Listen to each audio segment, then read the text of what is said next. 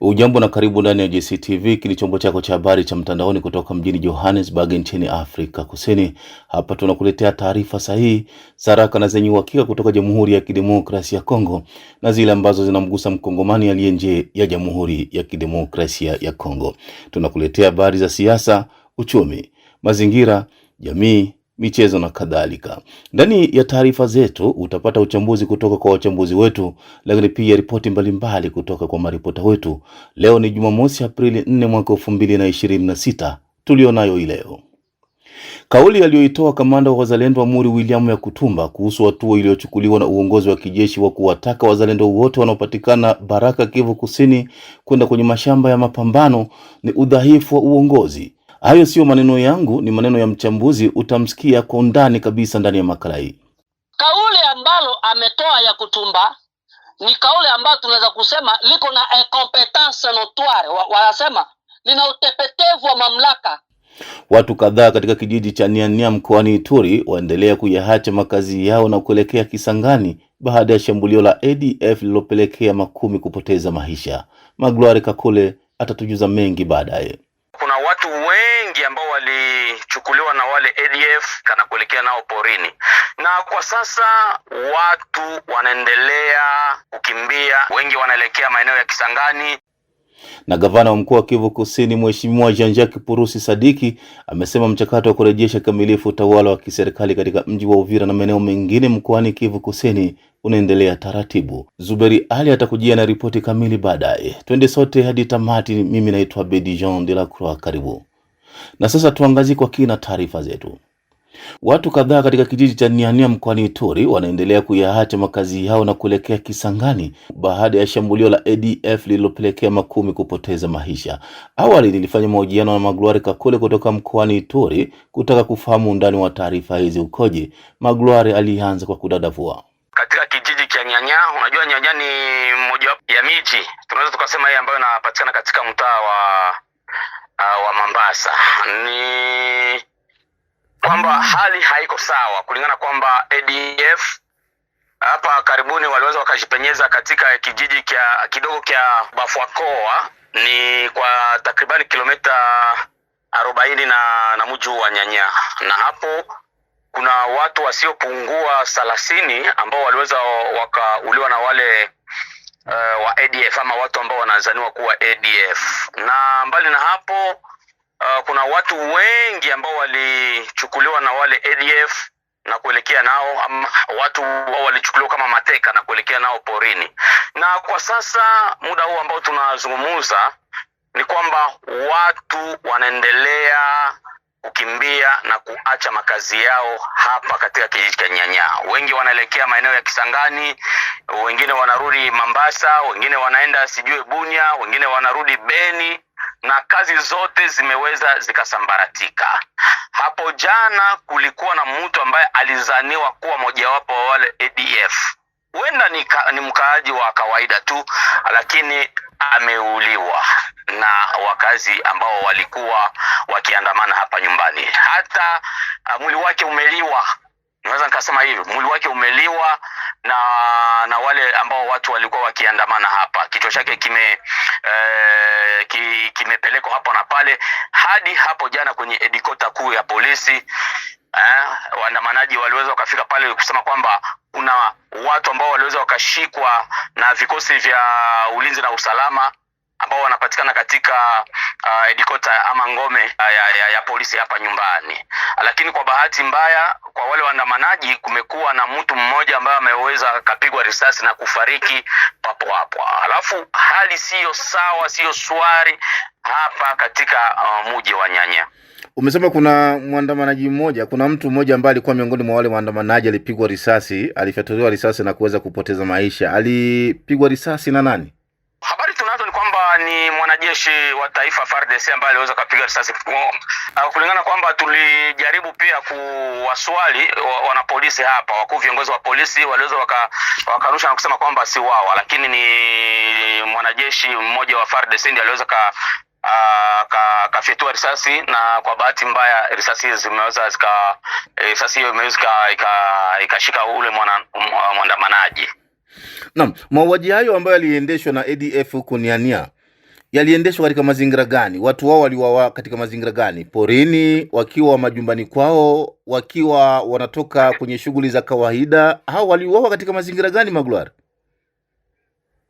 Bila shaka katika maeneo ya Bafwakoa. Bafwakoa ndio mji, inakuwa kama mji mkuu ya sijui nikasemaje, sheferi ya Bandaka, mji mkuu ya Wandaka hapa nyumbani ni takribani usultani wa Bandaka. Kilomita Bandaka ndio. Alafu wamekutwa hapa nyumbani, wengine walikuwa kwenye maduka wakitumia sijue soda, wengine wakitumia pombe.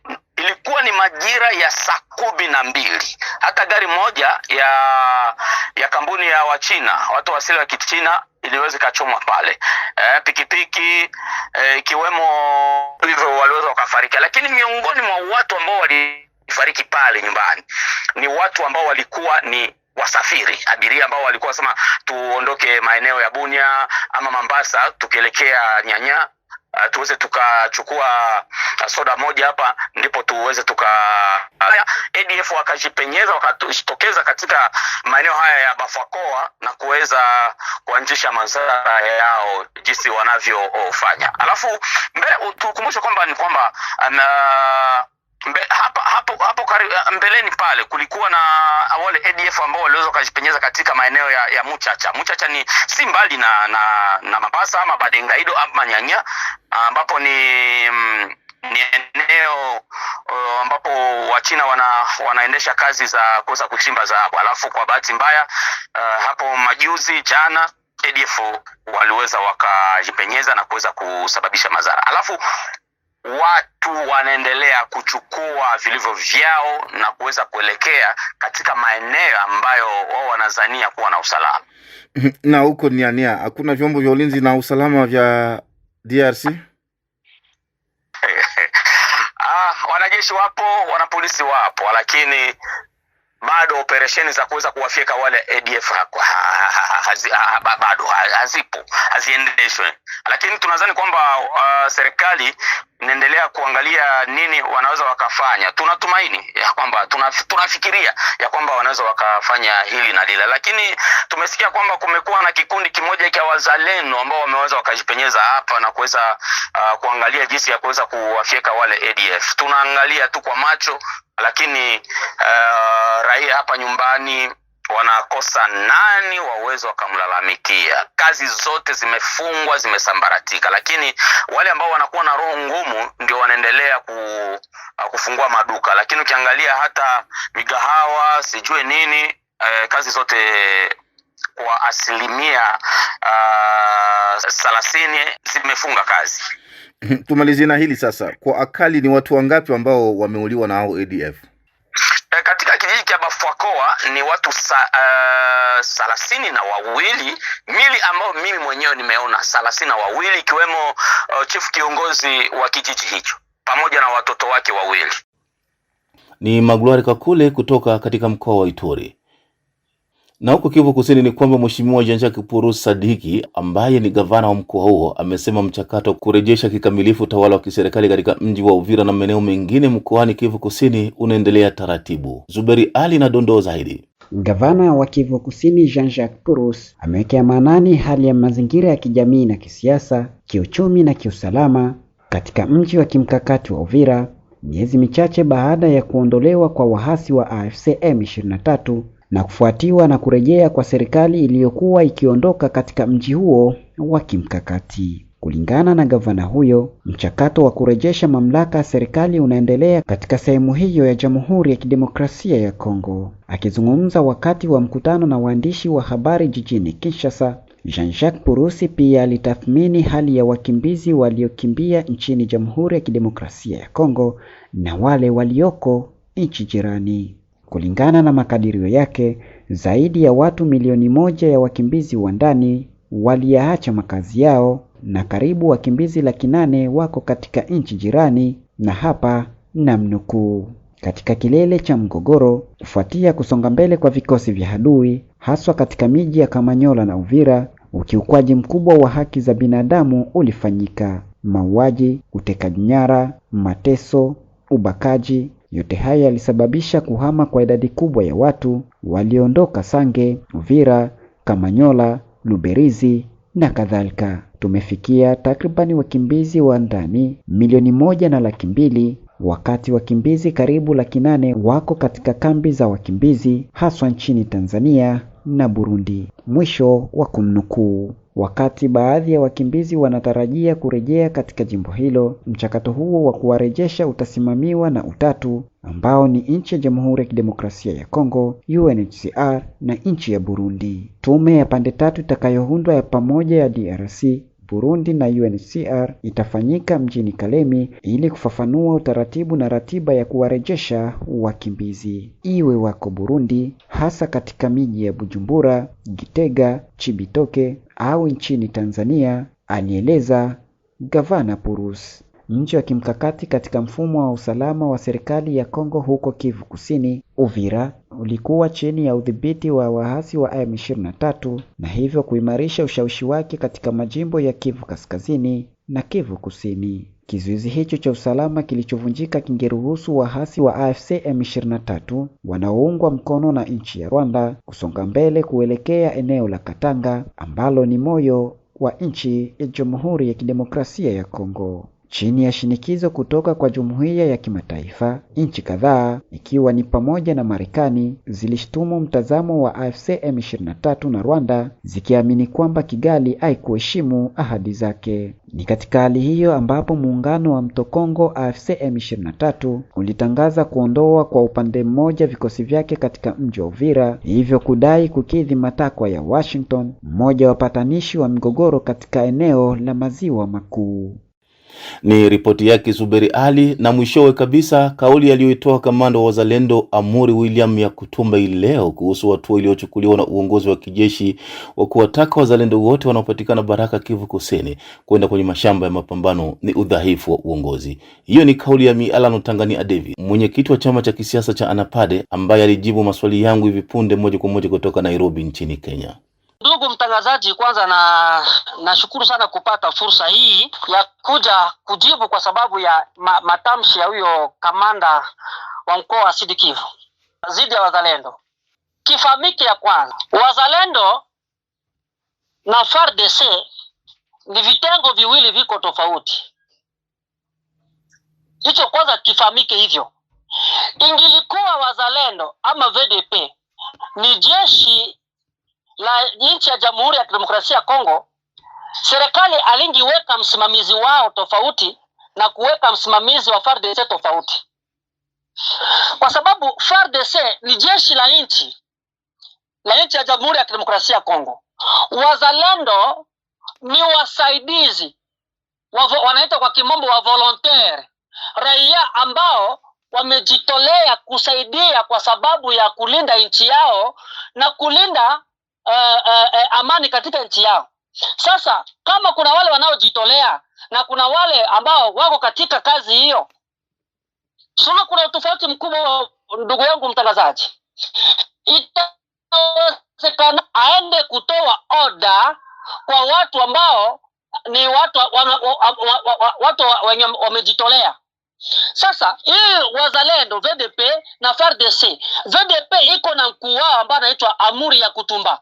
Huyo ndio anaangalia VDP na anaangalia VDP au niveau national, anaitwa Bwana ya Mungu. Unaona, Yakutumba anaangalia mkoa wa Sud Kivu, ya Mungu anaangalia katika nchi yote ya Jamhuri ya Kidemokrasia ya Kongo, wakiwa pamoja na rais wa Jamhuri ya Kidemokrasia ya Kongo kama vile mzalendo. Sasa huyo wa FARDC anatoa ordre kutoka kwa FARDC juu ya mapambano, na huyo wa wazalendo naye anatoa ordre kwa sababu ya wazalendo juu ya mapambano. Ni vitu viwili tofauti. Kwanza watu wafahamu hicho. Sasa itawezekanaje mtu wa FARDC haje kutoa oda kwa wazalendo wenye yeye hakuajiri? Wazalendo ni watu wamejiajiri kwa kutaka kuleta usalama katika nchi yetu, lakini FARDC wameajiriwa. Unaona? Sasa huyu mwenye ameajiriwa atakuja haje kutoa oda zake kwa watu wenye wamejiajiri kwa sababu ya usalama wa nchi yetu. Lakini na kama wazalendo watu wamejiajiri, wana ule mkubwa wao mwenye anapaswa kuwapatia oda yenye wao watafanya. Wazalendo wanasimamiwa na serikali. Wazalendo wanasimamiwa na serikali. Wanasimamiwa na serikali kwa mapatano ambao walikwenda kufanya serikali. Serikali ilifanya mapurparle na wao, ndio wakasema okay, tumekubali, lakini kuna malakini ziko pale, kwa sababu hawa watu hawajaajiriwa na serikali, lakini wana yale mazungumzo waliongea na serikali. Kifahamiki hicho, Nairobi 1, Nairobi 2, Nairobi 2. Hii ni madialogue ambao hao watu wa wazalendo wenye wamejiajiri waliongea na serikali. Hakuja kuwa makubaliano pale ya kusema kwamba wao ni watu wa serikali. Ujue hicho. Wamejiajiri kwa sababu ya kulinda nchi, na kuna wale wameajiriwa. Na kama Nairobi 1, Nairobi 2 haijatoa mwelekeo ya wao wakuwe watu wa FARDC, kwa nini sasa mtu wa FARDC akuje kutoa order na hao wazalendo wana mkuu wao mwenye anaweza kuwapea order? Kwa sababu wazalendo wako pale chini ya makubaliano na serikali, hawajaajiriwa na serikali. Ulifati vizuri, wako chini ya makubaliano na serikali ya Tshisekedi, lakini hawajaajiriwa na serikali ya Tshisekedi. Sasa unanipata ndugu mtangazaji? Nakupata vizuri kabisa, nakupata vizuri. Kwa hiyo kwa lugha nyingine nyepesi kabisa unataka kusema kwamba ambaye alitakiwa kuja kutoa taarifa za wazalendo kuondoka katika mji wa Baraka sio kamanda wa jimbo la kijeshi, bali ni mheshimiwa Yamungu. Mwenye angilitoa order pale ya wazalendo sio huyo kamanda. Huyo kamanda amevuka mipaka. Mwenye angilipaswa kutoa order pale ni bwana Yamungu, ndio mkuu wa wazalendo wote katika taifa la Kongo. Mkoa wa Sud Kivu mwenye ana uwezo wa kutoa order ni Yakutumba.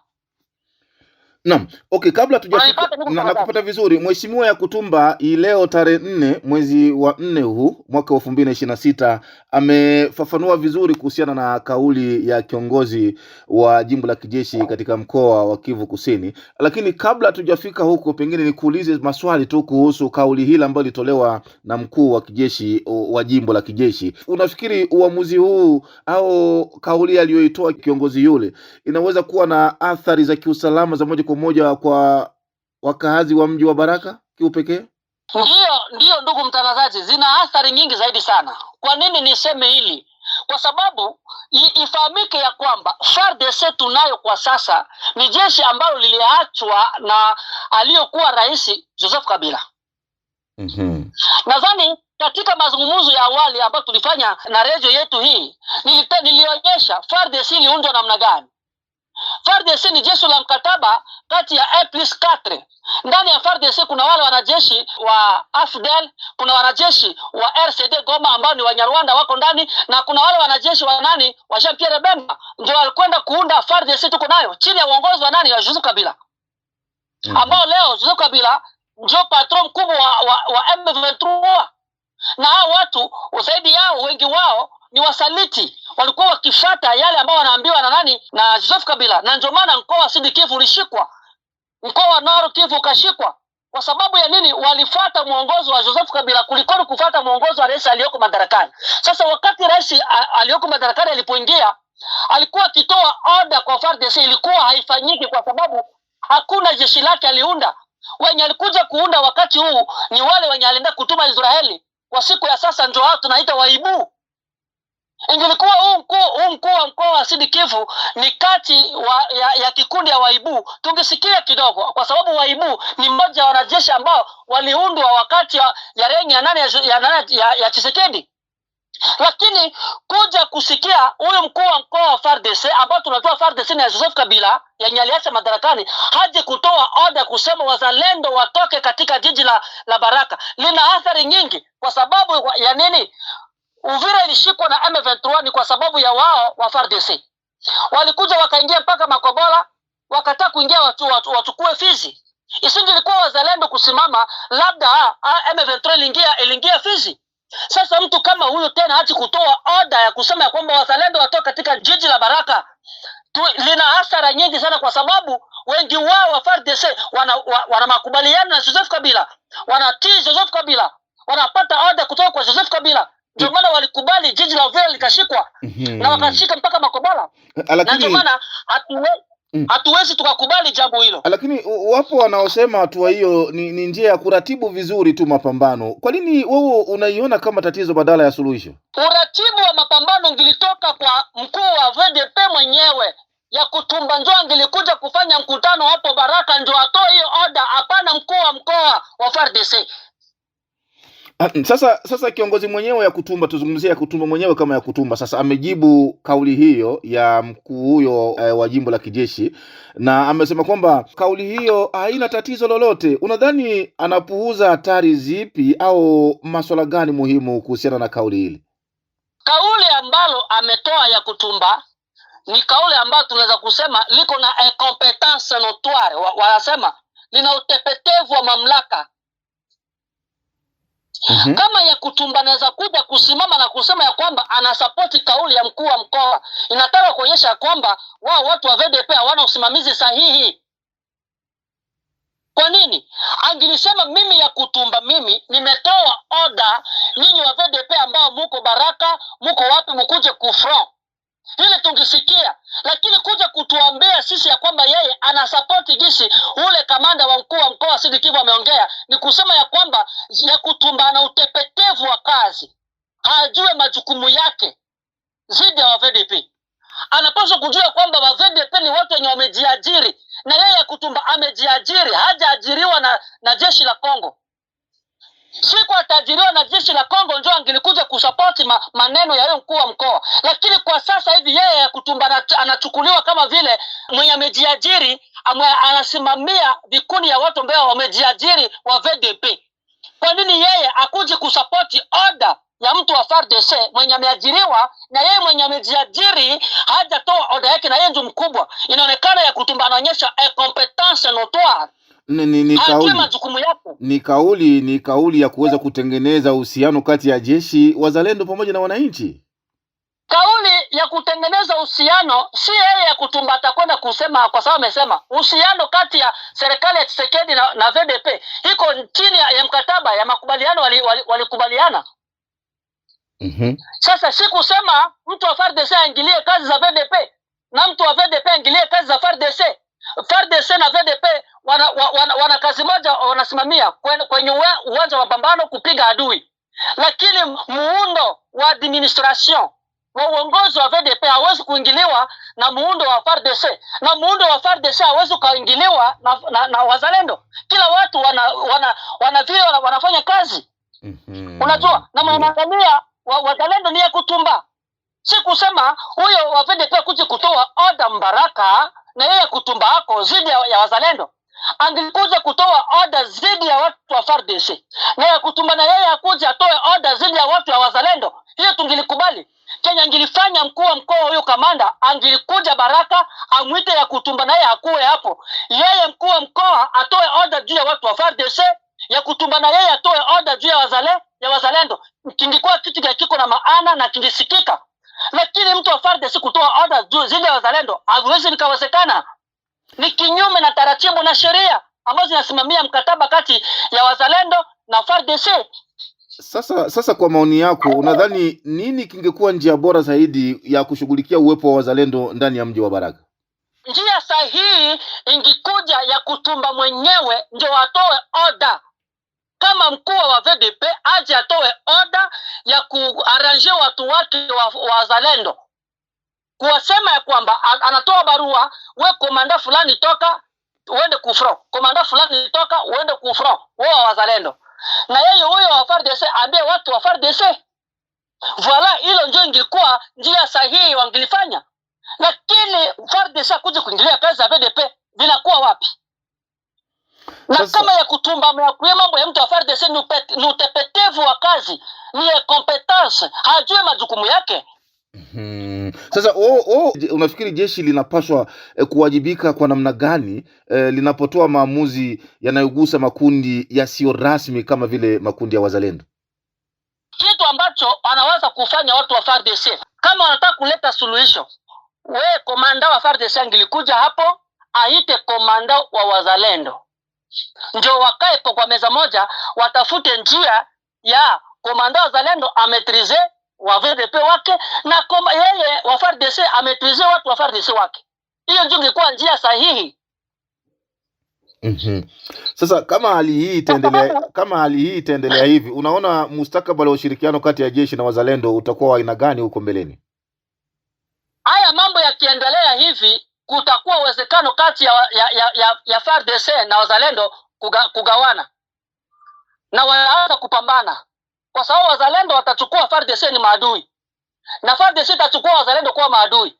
Wataanza kupambana, wataanza kupigana.